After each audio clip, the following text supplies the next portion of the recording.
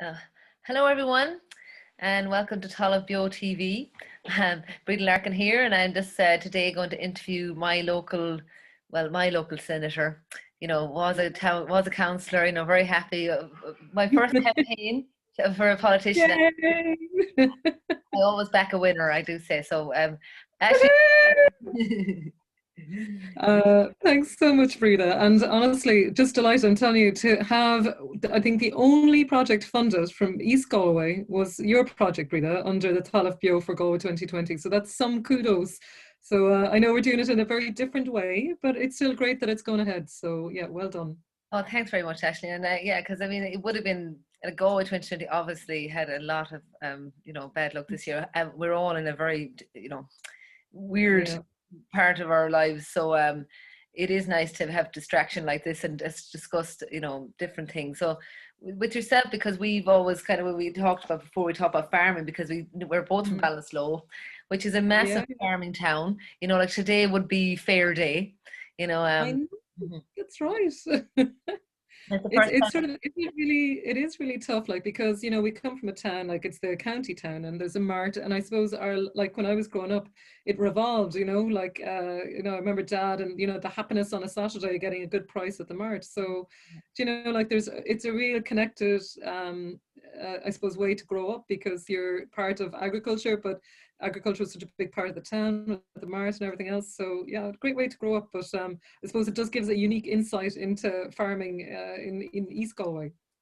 Well, definitely, and we both then understand the kind of, for better word, anthropological kind of reach of farming. It's Yeah. not just producing food; it's raising families. It's looking after nature and building local communities and local enterprises and stuff like that. And I suppose in terms of what I'm doing the green cert now. I know you did the green cert a few years ago. I won't say how long. How Long, long. long, long time ago. But one of the first, I think it was one of the first few years when it was coming out, like, so I did it a long time ago.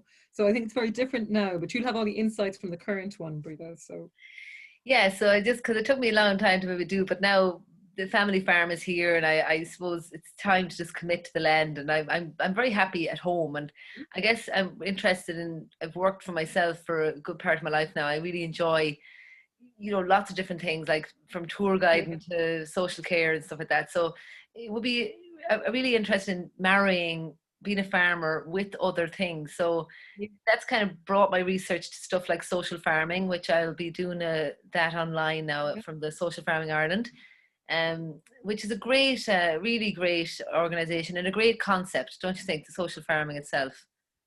Well, there is so much. I mean, I think we know, and I know from growing up on a small farm, that it's not sustainable, the income from farming, just to support a family. So I've always understood that there would always, my parents had second jobs. My mum was working, and my dad worked as well as both of them doing the farm. So I think that the model going forward is going to be that we'd be looking at off-farm income.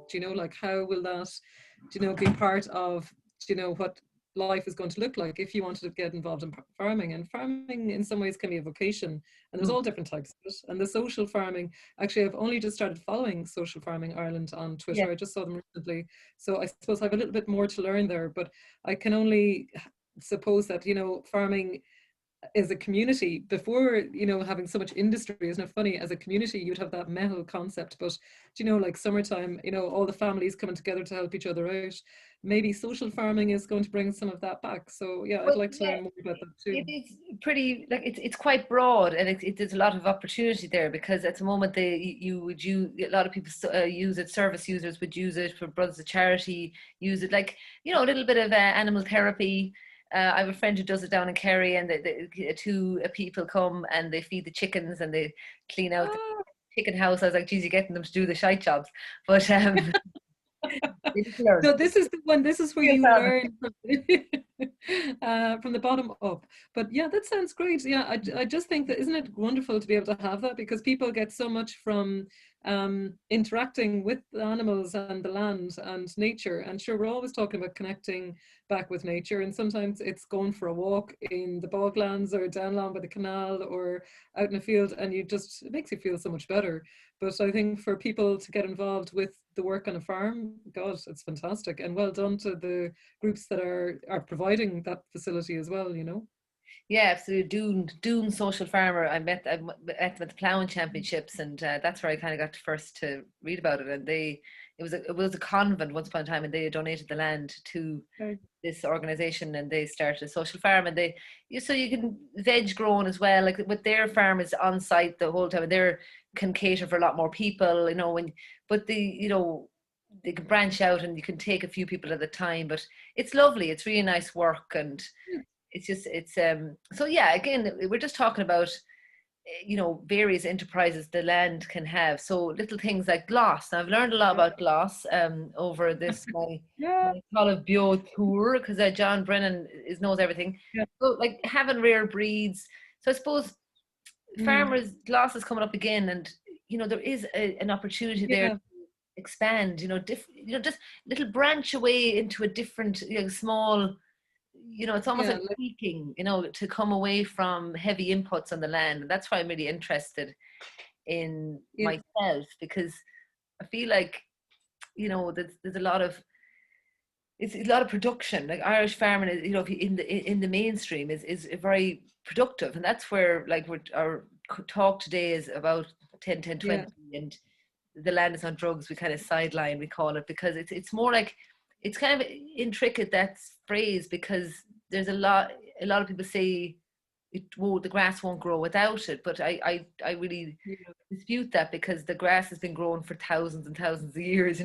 So it is a product that we've Yeah. become reliant on as an industry. Yeah, and I suppose, I mean, it's funny, you've mentioned a few different things there, like gloss. I suppose I would have known my own dad as a farmer was on the REP scheme, and I suppose gloss was the follow on from that. And it was about supporting more environmental measures. So, I suppose the practical experience I would have had of it was, growing more Irish broadleaf trees, in sections of the farm.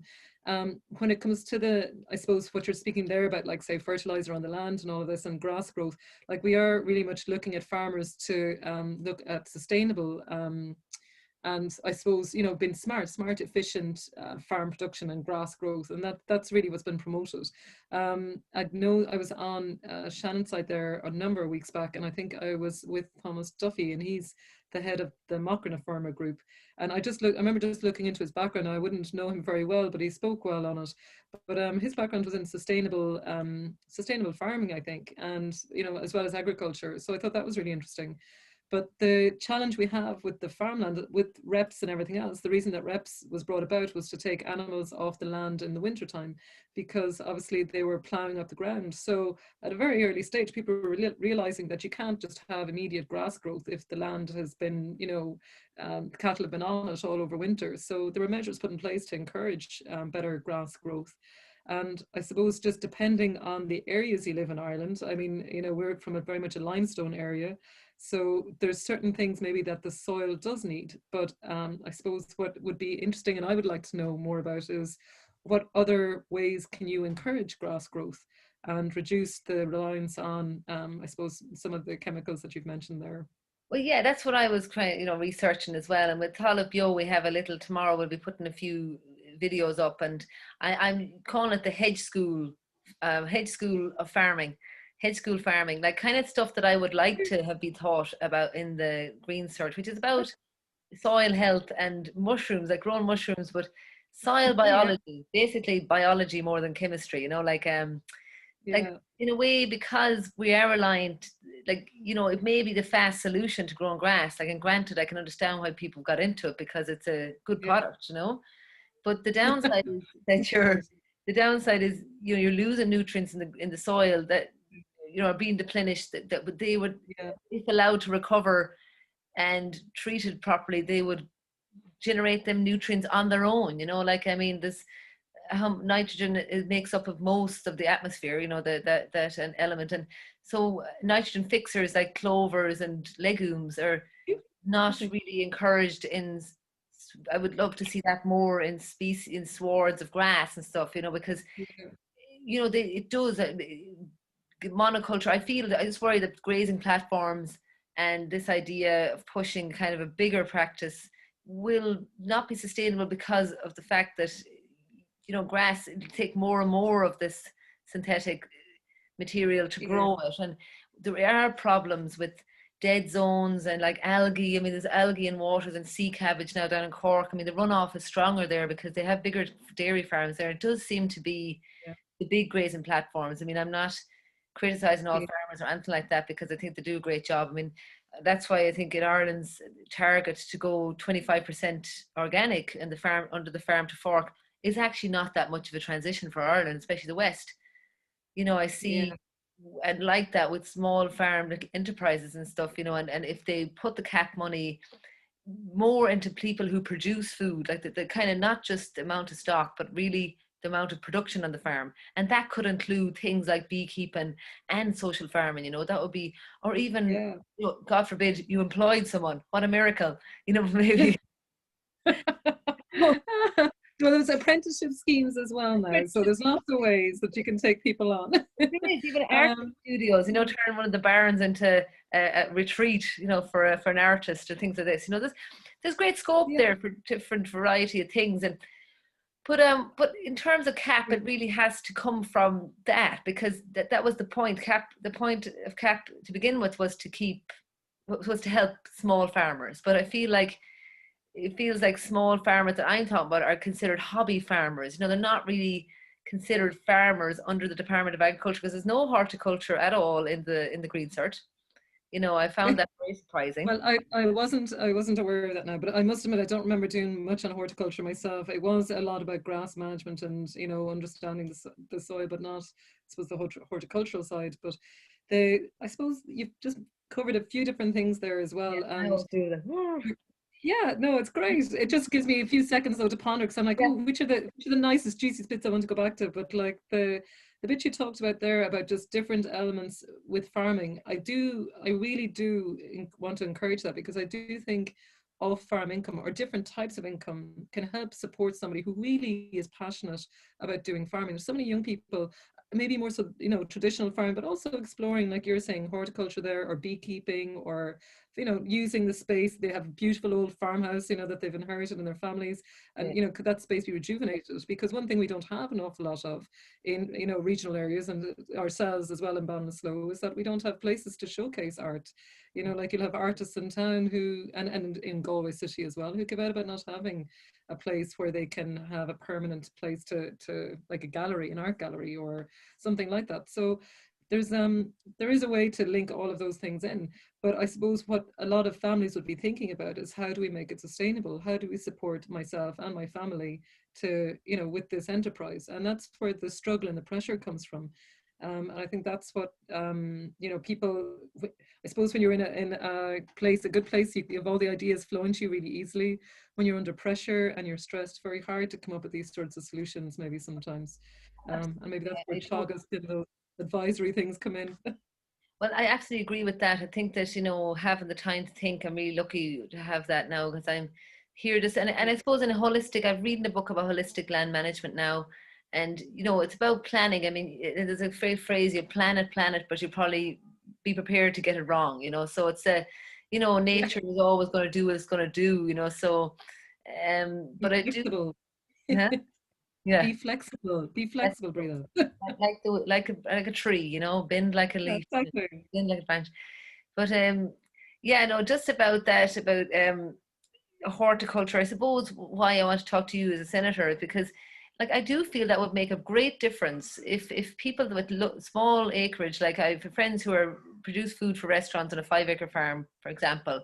They produce really good Yeah, quality, high density, nutrient dense food, and they're not recognized as farmers under the Department of Agriculture. Like, there's no drop down menu for horticulture, which, you know, that really is disencouraging people from continuing on the farm, continue to produce food into local markets. They don't, you know, if you're not a farmer, you're not eligible for any of the schemes. You're not, single farm payment is one thing, but even in terms of insurance, like that, getting public liability insurance so you could do social farming or a little on farm, you know, whatever you want to do on farm because it's impossible to get insurance otherwise. So there's little things. Being a farmer yeah, is it comes with a lot of extra, I suppose, things. So I really feel like that's a thing that could be discussed because yeah, I can feel like that's with the La Via Campesina, with the peasant movement, like they talk a lot about that, and they feel like that's why they started, because they were invisible under the eyes of the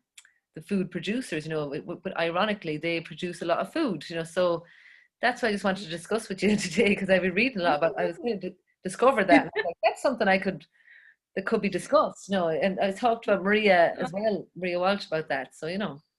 That sounds really good. I mean, I suppose where this is where I'll have to do my own research as well on it. But I mean, the issue with insurance, I mean, maybe there are elements to that we can look at that would support people who were thinking going into horticulture. And maybe there's other support measures. Like I know Teagasc is an advisory group maybe for the traditional farming. But, you know, is there elements of that could be there to support people going into horticulture? Now, my apologies, I wouldn't know as much on the horticultural side, but very much see the importance of having farmers markets. I mean, look at how that takes off in our towns and villages, and I mean that's been supported by probably, you know, local producers, and yeah, really really important. And I suppose even organic producers, and we have our own favorite one as well in Ballinasloe, but you know, organic veg producers are, you know, doing a great job, and you know they're getting qualification certificates, and being best in class at what they do. So yeah, very interested in how to support them. And definitely when it comes to insurance in all areas is so well, it's such a difficulty because there's a lack of competition. Probably there's a bit of a monopoly there, and I know that we are looking at legislation there to be brought in about insurance, and to look at the capping of different things. Now this is outside of farming area, but just insurance is an issue across many areas. Well, yeah, it's just, I suppose it's just an example of like what benefits you can have to be in a registered farm. Is Yeah. that something? But yeah, no, I really think, because in terms of inspiring people back to the farm, you know, because not everyone is inspired by big dairy and silage and slurry and beef cattle and all that. And you know, I mean, but we do need people to be Yeah. on the farms, because there's people to Yeah. mind. There's, you know, local shops to be stocked, and you know all that. I mean, you need But it's people. a wonderful livelihood. I mean, it's a wonderful livelihood to be able to, you know, isn't it funny to be able to walk outside the door? Sometimes you just think about having to sit at your laptop all day or whatever, isn't, you know, you'd nearly think, wouldn't it be wonderful to be able to, you know, have, you know, balance that, you know, have your farming or your horticulture as well as maybe, you know, some of the work that you'd be doing on the laptop as well. So it is all about balance, I think. And I suppose I know, Brie, that you're discussing a lot of different things now with the event today. So all I can say to you and to anyone listening is, you know, bring those points to me, I suppose, as one of the public representatives, but any of your public representatives. But, you know, do sort of say, well, look, at this is legislation we'd like to look at. I suppose for some people, it's like, well, what does a senator do? Sometimes, you know, what is the Seanad? And I suppose to break it down for people, you have two houses of the Oireachtas, and then you have the Seanad, which is the upper house, and you have the Dáil, which is the lower house. And both sides can introduce legislation, so you can bring in bills. And I suppose that they're discussed, and then you can request amendments. And so that can be done in both houses. And the Dáil has, I suppose, more power and privilege in some areas in terms of drafting and moving legislation through. But eventually it will come into the Seanad. And again, there's a lot of discussion in the Seanad, and sometimes like relevant points are raised. So I suppose that's the role, the legislative role that we would have is actually is introducing bills, putting forward amendments, discussing and debating, and then finally voting on legislation and passing. As you've seen in the last few weeks, probably on the news, a lot of emergency legislation was passed to cope with the impacts from COVID, for example. But you know, that's where I suppose as a public representative, that's my role, is to represent, you know, to represent the groups that come to me within reason, you know, and obviously that it would be something that is advantageous to the groups involved, so advantageous to farmers and to food production. And, you know, obviously with the Green Deal in Europe and the new climate action bill, you know, introduced by Minister Eamon Ryan yesterday. I mean, you can sort of see that there is a focus on how we have to reduce carbon, and we have to become more mindful about ourselves and, you know, how we behave as well as individuals. So, I mean, it's covering a lot of areas, but all I can say is, yeah, by all means, get in touch with me. It's aisling.dolan@oireachtas.ie, or get in touch with Breda. I'm sure she'll let me know. And I don't know if you have any other questions, Breda, but just to say thanks very much. I know you're timing these to be so short and succinct as well. Yeah, succinct. Just get people talking, you know. Yeah, but that's great, actually. I mean, it's just about, I feel like I'd love to do a proper good festival or forum on how to inspire young people to farming, because the succession rates, they all know, are really low.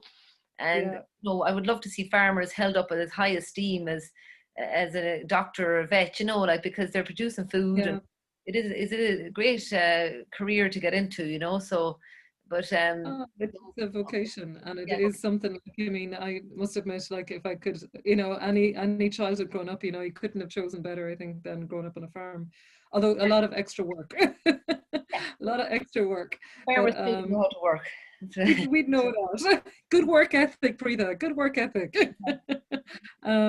But yeah, I do look at. I think to encourage people to get into farming, yeah, I'd be really happy to support any measures with that. I think you said you were speaking with our MEP Maria Walsh as well. I know she's very supportive, Yeah, particularly for young people getting involved. yeah, like And young people in farming, women in farming, whatever, just to get the kind of conversation going. Women in farming, I'd love to get, is a great forum, because yeah, yeah, yeah, just to encourage, because obviously in Ireland there's masses of, people own yeah. land, mostly are male, and it's just I